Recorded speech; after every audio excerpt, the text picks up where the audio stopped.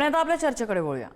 ठाकरे बंधू एकत्र येणार या चर्चेने गेल्या अनेक दिवस राजकारणाचे कॅनव्हास गाजवलेले आहेत आणि आता ठाकरे बंधू खरंच एकत्र येणार आहेत। आगामी काळातल्या निवडणुकांसाठी त्यांचा हा राजकीय पवित्रा म्हणायचा की फक्त मराठी हिंदी मुद्द्यावरनं झालेल्या विजयी मेळाव्यापुरती ही दोस्ती दिसणार हे अजून अधिकृतरित्या कळलेलं नाहीये। पण इतक्या वर्षानंतर ठाकरे बंधू एका मंचावर दिसणार हे तरी नक्की। इतक्या वर्षानंतर ठाकरे बंधूंचं नाव एका ठिकाणी दिसतंय हेही नक्की। पण आता या नव्या ठाकरे ब्रँडमुळे राजकारणात अनेक गणितं बदलायची चिन्ह आहेत। त्यातले काही गोष्टी म्हणजे काँग्रेसचा दुरावा, मराठी अमराठी मतांचं विभाजन। असं झालंच, हे विभाजन जर झालं तर ते कुणाच्या पथ्यावर पडणार? ठाकरे ब्रँडच्या मराठी अमराठी ध्रुवीकरणाला भाजपकडनं हिंदुत्वाचा मुद्दा समोर करत प्रत्युत्तर दिलं जातंय का? गेल्या निवडणुकीत उद्धव ठाकरेंच्या सोबत असलेली मुस्लिम मतं त्यांच्या नव्या ठाकरे ब्रँडमुळे दुरावणार का? या आणि अशा अनेक मुद्द्यांचा उहापोहा आपल्याला आजच्या चर्चेत करायचा आहे।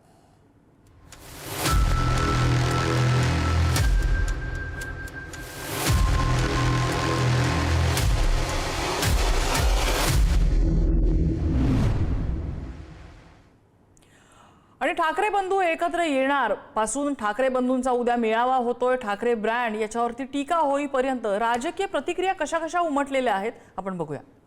आमच्यातले वाद, आमच्यातली भांडणं, आमच्यातल्या गोष्टी या किरकोळ आहेत। किरकोळ भांडणं बाजूला ठेवायला मी सुद्धा तयार आहे। या महाराष्ट्राच्या अस्तित्वासाठी, मराठी माणसाच्या अस्तित्वासाठी ही भांडणं आणि हे वाद आणि या सगळ्या गोष्टी अत्यंत क्षुल्लक आहेत। सर्व मराठी माणसांना या हितासाठी, महाराष्ट्राच्या हितासाठी, मराठीसाठी एकत्र येण्याचं आवाहन करतोय। एकत्र येणं आणि एकत्र राहणं यात काही मला फार कठीण गोष्ट आहे असं मला वाटत नाहीये। मी आज सांगतो, ठीक आहे, भांडणं माझ्याकडनं नव्हतीच, कोणाशी मिटून टाकली। चला, इथे कोणताही झेंडा नसेल, फक्त मराठी हा एक अजेंडा असेल। ते माझं वाक्य आपण लक्षात घ्या। कुठच्याही वादा आणि भांडणापेक्षा महाराष्ट्र मोठा आहे। की एखादं संकट येईपर्यंत आपण एक होण्याची वाट कशाला बघायची? एक संकट जे येऊ घातलं होतं, उंबरठ्यावरती होतं, आपण नुसतं एकवटतोय हे बघितल्यानंतर या संकटाला माघारी जावं लागलं। म्हणून ही जी काय आता जाग आलेली आहे ती जाग आपल्याला कायम ठेवावी लागेल। भाषा ही संस्कृती टिकवत असते। उद्या तीच जर मुळाशी गेली ना तर या युती आघाड्यांना काय अर्थ आहे? तुम्ही काय असा जी आर काढलाय दोन भावांनी एकत्रित येऊ नये असा तर जी आर काही मी काढलेला नाही। विजयोत्सव साजरा करायचा 5 तारीखला मेळा भरवलाय।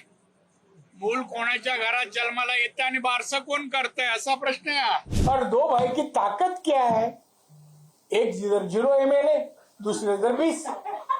ज्या दिवशी उद्धव ठाकरेंनी हिंदुत्व सोडलं त्या दिवशी त्या ब्रँडचा बँड वाजलेला आहे। ठाकरे हा जो ब्रँड आहे तो अनबिटेबल आहे, अपराजित आहे, अजिंक्य आहे। एक मराठी माणूस या महाराष्ट्रात आहे तोपर्यंत ठाकरे ब्रँड हा जिवंत आहे, तसाच राहील। 5 तारखेला मात्र निश्चित कळेल की ठाकरे ब्रँड काय आहे। आणि याच संदर्भात चर्चा करायची आहे, त्यासाठी आपल्यासोबत आहेत पुढारी मल्टीमीडियाच्या संपादक मृणालिनी नानिवडेकर, राजकीय विश्लेषक शैलेंद्र परांजपे आपल्यासोबत आहेत, भाजपचे प्रवक्ते अवधूत वाघ आहेत आणि मनसे प्रवक्ते योगेश खैरे आपल्यासोबत आहेत। मी सुरुवातीला जाईन अवधूत वाघ यांच्याकडे। अवधूत वाघजी, आरोप असा केला जातोय की आता ठाकरे बंधू एकवटले, मराठी अमराठी मुद्द्यावरनं मतं कदाचित त्यांच्याकडे झुकू शकतात आणि भाजप त्याला हिंदुत्वाच्या मुद्द्याने उत्तर देतोय। म्हणजे टू बी प्रिसाईज, बोट ठेवायचं झालं तर मीरा भाईंदरमध्ये जो काही वाद सुरू आहे मराठी अमराठी आणि मराठी बोलण्यावरनं, नितेश राणेंनी त्याला हिंदुत्वाचा रंग द्यायचा प्रयत्न केला असा आरोप होतोय। ते कोणी काय आरोप करायचे ते आरोप करू देत, परंतु राज ठाकरे आणि उद्धव ठाकरे जर एकत्र येत असतील तर अतिशय चांगली गोष्ट आहे। तो त्यांचा वैयक्तिक विषय आहे आणि राज ठाकरे आणि उद्धव ठाकरे आल्यानंतर आकाशातले तारे जर जमिनीवर येत असतील असं जर कोणाला स्वप्न पडत असेल तर 2006 आणि 2007च्या आधी त्या दोघांनी एकत्र राहून काय असं मोठे तारे तोडले होते। तर त्याच्यामुळे मीडियाने हाईप केलेला, मीडियाने वाढवलेला हा प्रश्न आहे। आता या महाराष्ट्रातले इतर कुठचेच प्रश्न नाहीयेत, काहीही नाहीये आणि फक्त उद्धव आणि राज आल्यानंतर महाराष्ट्रातल्या प्रत्येक घराच्या चौकटीवर दिवाळीसारखी तोरणं लागणार आहेत। महाराष्ट्राचं काय म्हणतात, महाराष्ट्र सुजलाम सुफलाम होऊन अगदी अमेरिका आणि इंग्लंड सारखा श्रीमंत होणार आहे। अशा प्रकारच्या ज्या काय वार्ता चालल्या आहेत ना त्या मूर्खपणाच्या आहेत। ठीक आहे, दोन पार्ट्या एकत्र येतात, दोघं जण एकत्र येतात, हे का पहिल्यांदाच इतिहासात घडतंय का? याच्या आधी पण झालेलं आहे। त्याच्यापैकी ही एक घटना आहे, त्याला किती महत्व द्यायचं, काय द्यायचं, आपण पण जरा पत्रकार म्हणून कुठंतरी विचार करणार आहात की नाही?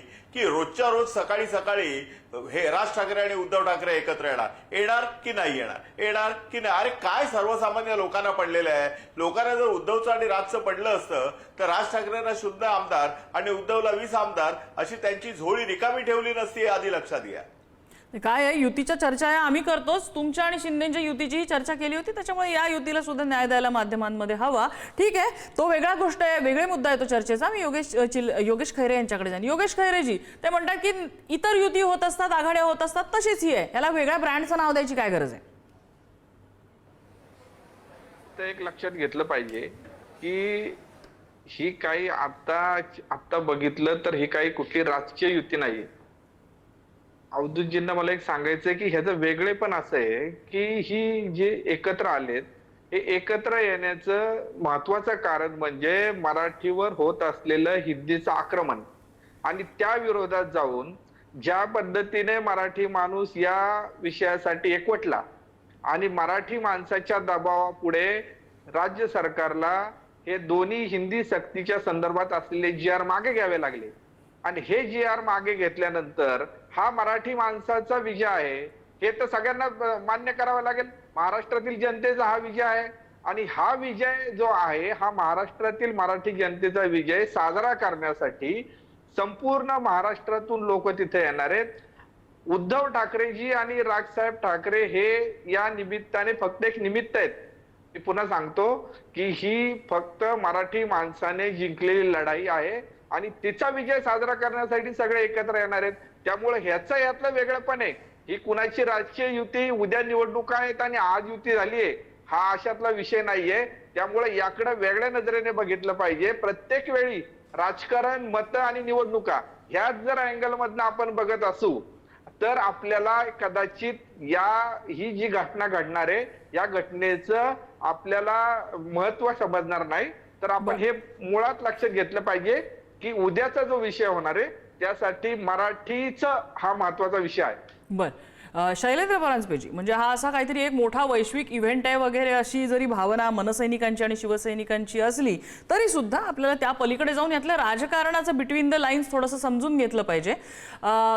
उद्धव ठाकरे आणि राज ठाकरे यांचं एकत्र येणं ही कशाची नांदी म्हणायची आणि भविष्यात हे आत्ता जरी एका मंचावर एका विषयासाठी एकत्र येत असले तरी राजकारणात विशेषतः निवडणुकांमध्ये एकत्र दिसतील का?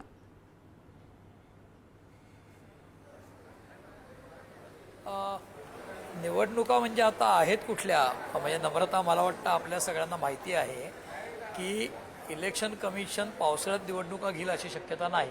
हो, त्यामुळे पावसाळा अधिकृतरित्या भारतातला आणि महाराष्ट्रातला संपतो तो जून, जुलै, ऑगस्ट, सप्टेंबर म्हणजे ऑक्टोबर किंवा नंतर इलेक्शन होऊ शकतात. आणि त्या जर ऑक्टोबर नंतर, काही लोक आता इथे सांगतात की जानेवारीत होऊ शकतात, तर ऑक्टोबरच्या आधी नक्की होणार नाही आहेत निवडणुका. आणि दुसरी गोष्ट अशी की उद्याचा जो विजय मेळावा आहे तो मराठी भाषेच्या संदर्भात, म्हणजे मराठी अनिवार्य आणि हिंदी अनिवार्य केली पहिलीपासून, त्याच्या विरोधातला तो मोर्चा होता. त्यांनी GR मागे घेतला सरकारने म्हणून आता हा विजय मेळाव्यात रूपांतर होत आहे. आणि त्यात राज ठाकरे आणि उद्धव ठाकरे एकत्र येणार ही मोठी बातमी आहे का माध्यमांना? तर आहे. त्यांचं एकत्र येणं ही मोठी घटना आहे का? नक्कीच आहे. दोन्ही पक्षांकडनं त्याचे टीझर बिझर येत आहेत आणि नेमकं आपण काय करतोय हे जनतेला सांगायचा प्रयत्न होतोय. तर ते दोघं एकत्र आले म्हणजे राजकीय युती झाली असं समजणं काही बरोबर नाही, असं आताच आधी प्रवक्त्यांनी सांगितलंय.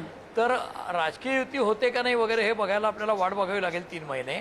आणि त्याची नांदी काय, म्हणजे त्याची बीजे ती उद्याच्या मेळाव्यात दिसतील. मेळाव्यात हे दोघं काय बोलतात त्यातनं काही हिंट्स मिळतात का? आणि दुसरी गोष्ट अशी की महाराष्ट्राच्या हितासाठी बाकीचे सगळे छोटे वाद बाजूला ठेवू असं राज ठाकरे म्हणाले, उद्धव ठाकरे पण म्हणाले झालं गेलं विसरून जाऊ. ठीक आहे, झालं गेलं विसरून जाऊ असं ते म्हणतात. राज ठाकरे म्हणतात सगळे बाकीचे मुद्दे बाजूला ठेवू किंवा भांडणं बाजूला ठेवू. पण ज्या वेळेला GR रद्द झाला परवा रविवारी संध्याकाळी, त्यानंतर संजय राऊत यांनी राज ठाकरेंना फोन केला आणि संजय राऊत यांचा फोन आला होता असं राज ठाकरेंनी प्रेस कॉन्फरन्समध्ये सांगितलं. म्हणजे मराठीच्या मुद्द्यासाठी किंवा महाराष्ट्राच्या हितासाठी दोन भाऊ फोन उचलून एकमेकांशी अजूनही बोललेले नव्हते सोमवारपर्यंत. ही वस्तुस्थिती आहे. आता उद्या मेळाव्यात एकत्र येतील, ते एकमेकांच्या गळ्यात गळा घालून दिसतील, एकमेकांशी हसत खेळत गप्पा मारताना व्यासपीठावर दिसतील का फोटोसाठी तशी पोज देतील मला माहित नाही. त्यामुळे युती होते का नाही हे फार पुढचं आहे, ते इलेक्शनच्या वेळेला कळेल. पण त्याची बीज जी आहेत ती आता दिसत आहेत आणि किमान एक पाऊल पुढे त्या दृष्टीने असं आत्ता म्हणायला लागेल, पण म्हणजे लगेच राजकीय युती झाली असं नक्कीच म्हणता येत नाही. मृणालिनी मॅम, बरेचदा असं एक विश्लेषण यामध्ये असं होतं की गेल्या अनेक दिवसांपासून ही चर्चा सुरू आहे की उद्धव ठाकरे आणि राज ठाकरे एकत्र येणं याची गरज नेमकी कुठल्या ठाकरे बंधूंना आहे, उद्धव ठाकरेंना की राज ठाकरेंना? डेस्परेशन कुणाचं आहे याच्यामध्ये आणि पाचही बोटं तुपात कुणाची आहेत? एक तर आपण लक्षात घेतलं पाहिजे की एकत्र येण्याची गरज दोघांनाही आहे. राज ठाकरे यांचं एका विशिष्ट उंचीवर केलेलं राजकारण गेल्या काही वर्षांपासून थोडंसं वेगवेगळ्या दिशांनी जात होतं. कधी मोदींना समर्थन द्यायला गुजरातचा दौरा, कधी त्यांच्या विरोधातली चित्रीकरणं जनतेला दाखवणं, मग पुन्हा निवडणुकीत त्यांच्यासाठी उमेदवार दाखल न करणं, अशा वेगवेगळ्या भूमिका घेऊन राज ठाकरे हे स्वतःची राजकीय जागा शोधायचा प्रयत्न करत होते. राज ठाकरे बाळासाहेब ठाकरे असताना वेगळे झाले होते आणि स्वतःच्या जोरावर त्यांनी डाव मांडायचा प्रयत्न केला होता. त्यामुळे ते मोठे नेते आहेत, शक्ती असेल नसेल. त्यानंतर आता जो प्रश्न आलेला आहे तो उद्धव ठाकरे यांच्या अस्तित्वाचा आलेला आहे. उद्धव ठाकरे हे देखील मोठे नेते आहेत. मोदी लोकप्रियतेच्या चरमसीमेवर असताना त्यांनी स्वतंत्रपणे लढून उत्तम जागा जिंकून आणल्या होत्या. पण मागच्या वेळेला मुख्यमंत्री पद न मिळाल्यामुळे उद्धव ठाकरे यांनी जी वैचारिक भूमिका बदलली ती त्यांच्या मतदारांना किती आवडली हा त्यांच्या समोरचा सध्याचा प्रश्न आहे. याचं लोकसभेत वेगळं उत्तर मिळालं, विधानसभेत त्याहून वेगळं उत्तर मिळालं. आता या शिवसेनेचा जीव असलेल्या मुंबई महानगरपालिकेची लढाई आहे. ती लढाई गमावून उद्धव ठाकरे यांना चालणार नाही. त्यामुळे आज राज ठाकरे यांना जितकी गरज आहे त्याहून अधिक गरज उद्धव ठाकरेंना आहे. दुसरं असं की हे दोन भाऊ जे एकमेकांच्या सत्ता स्पर्धेमुळे बाहेर पडले होते आणि घरातली जेवणं ज्या निमित्ताने सभेत निघाली होती ते एकत्र येत असतील तर चर्चा होणार हे नक्की आहे. दुसरं असं आहे की खरं तर एकनाथ शिंदे मुख्यमंत्री असताना जे शिवसेनेचे खरे सध्याचे क्लेमंट आहेत, कारण त्यांच्याकडे संख्याबळ आहे, त्यांनी मराठी सक्तीची करायची GR महाराष्ट्रात आणून दाखवला होता. तो हे सरकार यशस्वीरित्या कदाचित लोकांपर्यंत पोहोचवू शकलं नसेल. त्यामुळे सध्या जे काय आंदोलन सुरू आहे ती तिसरी भाषा सक्तीची आहे की हिंदी भाषा सक्तीची आहे यापेक्षा शिवसेनेनी एकनाथ शिंदेच्या कार्यकाळात मराठी सक्तीची करून दाखवली महाराष्ट्रात. हे देखील घटनाक्रम लोकांपुढे आणायची गरज होती. त्यात सरकार थोडं अपयशी ठरलंय. एक यशस्वी माघार देवेंद्र फडणवीस यांनी मुख्यमंत्री म्हणून GR रद्द करून घेऊन दाखवलेली आहे. पण त्या निमित्ताने एकत्र येणारे ठाकरे बंधू शैलेंद्र परांजपे म्हणतात त्याप्रमाणे खरोखरच जागा वाटपापर्यंत जाऊ शकतील का याबद्दल आत्ताच बोलणं खरोखर कठीण आहे. दोघही जण व्यक्तिगत समारंभात लग्न कार्यात एकत्र येतात पण त्यांचं सार्वजनिक मंचावर एकत्र येणं हे महाराष्ट्रात सध्या चर्चेचा विषय आहे. त्यांनी प्रश्न मिटतील का वगैरे हा सत्ताधाऱ्यांचा प्रश्न आहे. ते एकत्र येत आहेत याचा त्यांच्या कार्यकर्त्यांमध्ये सध्या आनंद आहे. बर, अवधूत वाघजी, पुन्हाही माझा तुम्ही मगाशी मला वाटतं ह्या प्रश्नाचं उत्तर दिलं नाहीत, पण नितेश राणे यांना ज्या वेळेला याच्यावर प्रतिक्रिया विचारलेली होती, विशेषतः हे दोन्ही बंधू ज्यांचा आत्ताच्या या आंदोलनातला विजयी मेळाव्यामधला की पॉइंट आहे मराठी भाषा, मराठी अमराठी आणि मनसेचा जो USP राहिलेला आहे प्रत्येकाला मराठी बोलता आलंच पाहिजे. आणि त्या मुद्द्यावरनं मीरा भाईंदरमध्ये झालेला वाद, तो वाद सगळ्यांच्या समोर आहे. तिथल्या व्यापाऱ्यांची आक्रमक भूमिका सगळ्यांच्या समोर आहे. नितेश राणेंना ज्या वेळेला हा प्रश्न विचारला होता त्यावेळेला त्यांनी मराठी अमराठी हा मुद्दा बाजूला ठेवत त्याच्यावरती असं उत्तर दिलं होतं जेणेकरून हा प्रश्न हिंदुत्वाकडे, हिंदू अहिंदू याकडे जातोय. डायव्हर्जन भाजपला का करावं असं वाटलं? हे याच्यामध्ये ना नम्रताजी डायव्हर्जन असं काही नाहीये. तुमच्या या प्रश्नाचं उत्तर मी सर्वात शेवटी देतो, कारण क्रमाने पहिल्यांदा शैलेंद्र परांजपेंनी एक जो मुद्दा उपस्थित केलाय तो मी अधोरेखित करून पुढे जातो.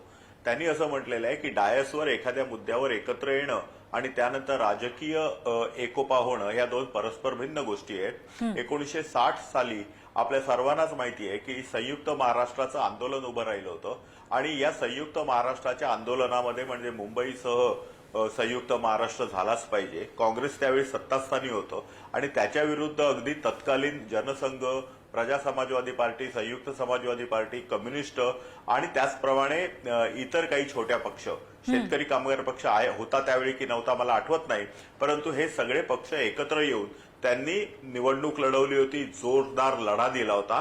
पण नंतर जर आपण पाहिलं तर फक्त एकाच इलेक्शनमध्ये संयुक्त महाराष्ट्र समिती म्हणजे समिती म्हणून सगळेजण हत्ती निशाणी होती त्यावेळी मला आठवत असेल तर त्या हत्ती निशाणीवर एकत्र लढले.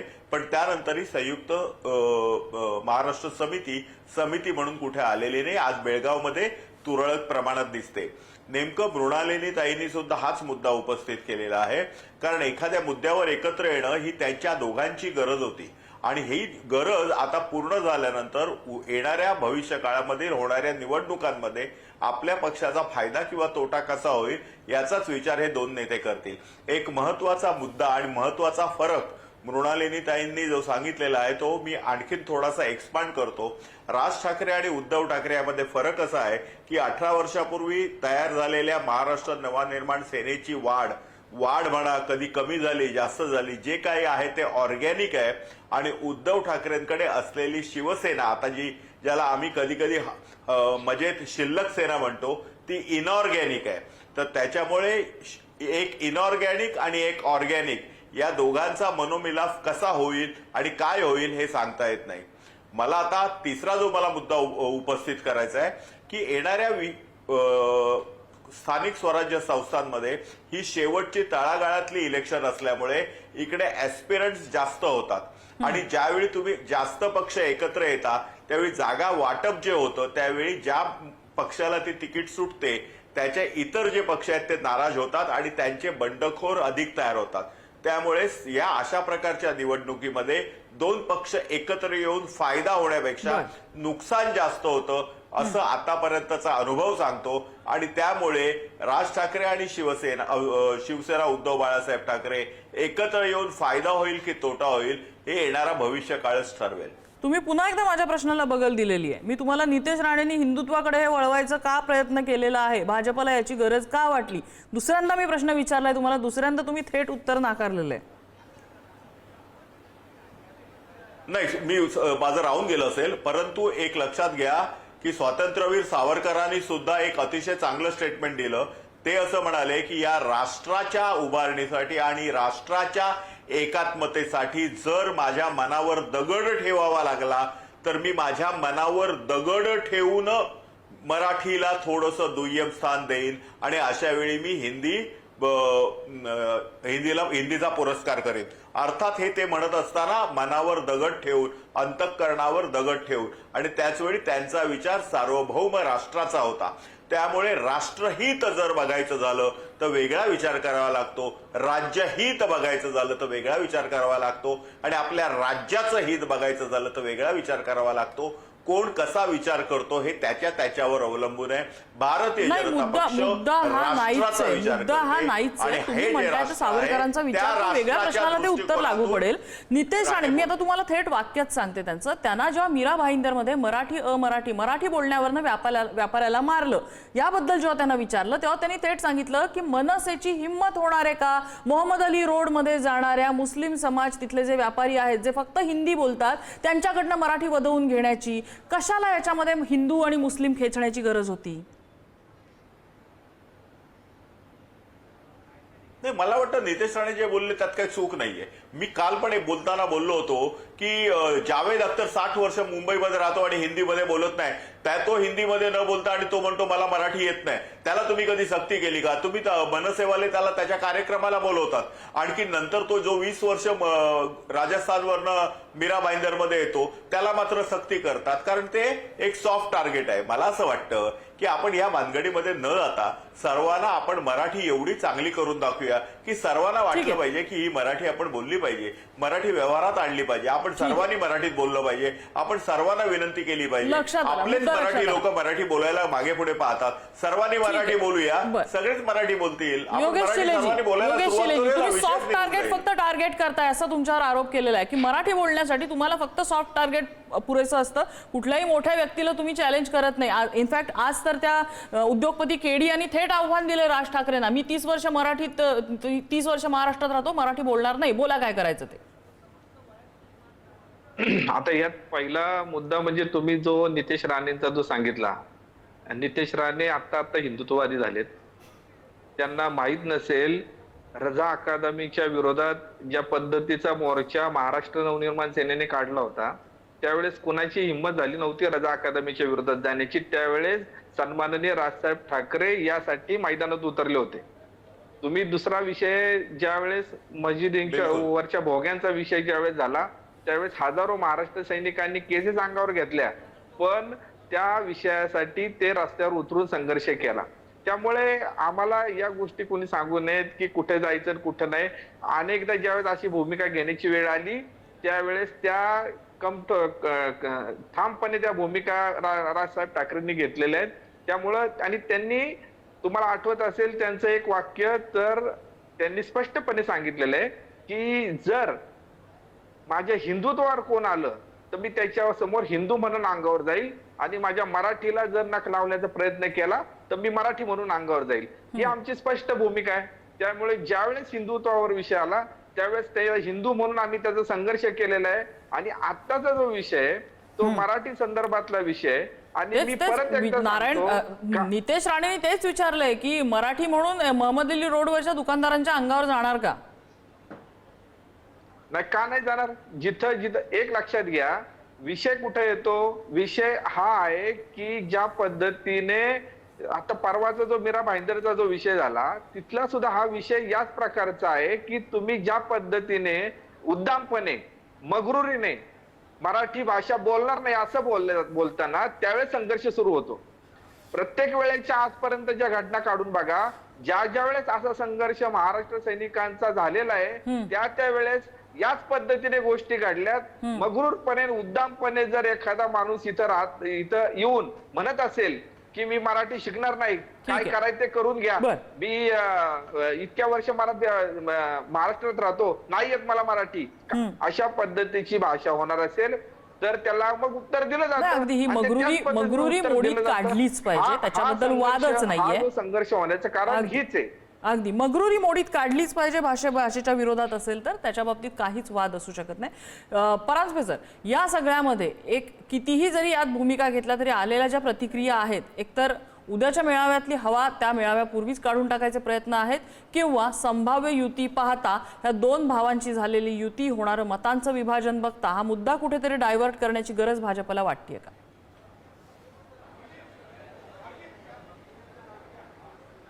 नाही, मुद्दा डायव्हर्ट करण्याची म्हणजे दोन भाऊ एकत्र आले तर चांगलंच आहे असं मुख्यमंत्री म्हणाले. ते म्हणालेत मी काही दोन भावांनी एकत्र येऊ नये असा GR काढलेला नाहीये. त्यामुळे सरकार किंवा कुठलाही पक्ष वर करणी तोंड देखला असं म्हणणारच नाही दोन भावांनी एकत्र येऊ नये.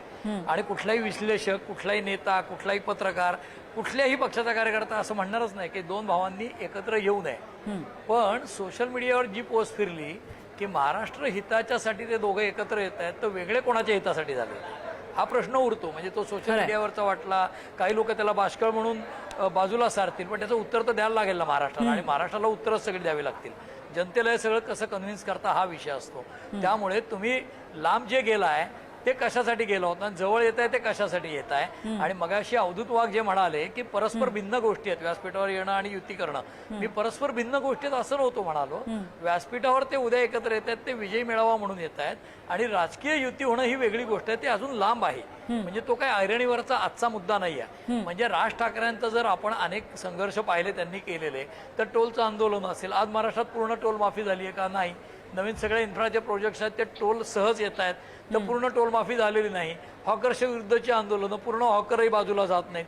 त्यांनी अनेक आंदोलनं हातात घेतली आणि सोडली. आता मराठी पाट्यांचा हट्ट ते धरतात, पण आजही मुंबईतल्या सगळ्या पाट्या मराठी झालेल्या नाहीत. मग ते असं म्हणतील की सगळ्या पाट्या मराठी करायची जबाबदारी फक्त राज ठाकरेंची आहे का? तर नाही आहे, सगळ्या मराठी माणसांची आहे. पण सगळ्या मराठी माणसांना ती निकड वाटावी असंही वातावरण राज ठाकरे निर्माण करू शकलेले नाही, ती वस्तुस्थिती आहे. दुसरी गोष्ट अशी की चलता है हा जो ॲटिट्यूड आहे त्याच्यामुळे महाराष्ट्रामध्ये बॉलिवूड आहे, महाराष्ट्रामध्ये हिंदीचं प्राबल्य आहे. ज्या प्रमाणात तुम्ही मराठी थिएटरला कधीतरी वेळ मिळावी प्राईम टाइम म्हणून आंदोलन होतात आणि मग राज ठाकरे त्याच्यात काहीतरी शब्द टाकतात आणि मिळतात.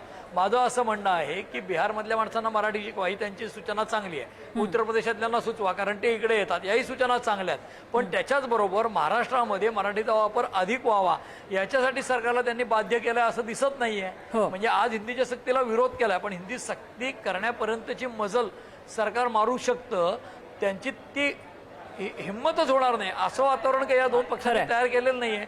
चला देर आहे दुरुस्त आहे, दोन भाऊ एकत्र येत आहेत, चांगलीच गोष्ट आहे. मराठीसाठी येतात हे देखील चांगलं आहे. म्हणजे त्यांचे कुठलेही स्वार्थ नाहीत असं आपण आता गृहीत धरूया. आणि तुम्ही जो प्रश्न विचारलात की भाजप त्यांचे काहीतरी त्याच्यात वेगळं करायचा प्रयत्न करायचा का, हो भारतीय जनता पक्ष हा एक वेगळा पक्ष आहे, शिवसेना हा पक्ष आहे, राष्ट्रवादी हा पक्ष आहे. ते सगळे पक्ष आपापल्या हिताच्या दृष्टीने काही प्रयत्न करत म्हणूनच मी म्हणालो की राजकीय त्यांची युती जर काही व्हायची असेल किंवा होणार असेल अजेंडा असेल तर तो आपल्याला निवडणुकीच्या वेळी दिसेल. उद्या मला असं वाटत नाही, कारण आता बातम्या सगळ्या येत आहेत की कोण आधी बोलणार कोण शेवटी बोलणार. उद्धव ठाकरे हे माजी मुख्यमंत्री आहेत, त्या दोघांच्या सिनियर आहेत राजकीय दृष्ट्या, हे आपण मान्य केलं पाहिजे. उद्याच्या कार्यक्रमामध्ये नो झेंडा ओनली अजेंडा असं म्हणलंय, नेते बिते काही नाही. असं असलं तरी दोन्ही पक्षांनी टीजर जारी केलेत. ते काय केलेत की एक भाऊ दुसऱ्या भावाच्या मदतीला असा ढोबळमानाने अर्थ निघेल किंवा मराठीसाठी आलेत असा अर्थ निघेल. तर मराठीसाठी आलेत, आता तेच त्यांचं राजकीय रूपांतर युतीमध्ये होतं का हे बघायला आपल्याला पुन्हा सांगतो थांबावं लागेल. त्यामुळे उद्याच्या याच्यातनं लगेच निष्कर्ष निघेल असं मला वाटत नाही. बरं, माझी वेळ खरं तर संपली. मला नानिवडेकर मॅडमकडनं पण एक कमेंट घ्यायची होती. अगदी शेवटची 15 सेकंद आहेत. या सगळ्याच्या प्रतिक्रिया या पार्श्वभूमीवरती येतात, त्याचा अर्थ काय लावायचा?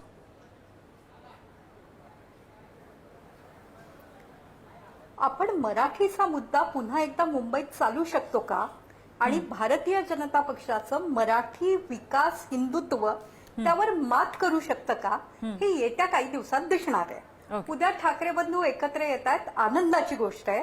ही एकी कुठवर चालेल याची उत्तरं पुढचे 2-3 महिने आपल्याला शोधत बसावं लागेल. अगदी जसं शैलेंद्र परांजपेंनी उल्लेख केला, नानिवडेकर मॅडमनी उल्लेख केला की एकत्र येत आहेत या गोष्टीबरोबरच वेगळे का झाले किंवा इतरही असे अनेक खोचक प्रश्न उपस्थित केले जातात, त्या प्रश्नांची उत्तरं मिळणार का, आणि आगामी काळामध्ये दोन्ही भाऊ एकत्र येण्यासाठी कशा पायघड्या घातल्या जात आहेत, परिस्थिती कशी बदलली जाते, कोण कुठपर्यंत कॉम्प्रोमाइज करायला तयार आहे आणि कोण कुठपर्यंत आपली ताकद लावायला तयार आहे, हे आगामी काळात आपल्याला समजेल. सगळ्या मान्यवरांनी वेळ दिला त्याबद्दल त्यांचे आभार. आजचा धुळा इथेच थांबतोय.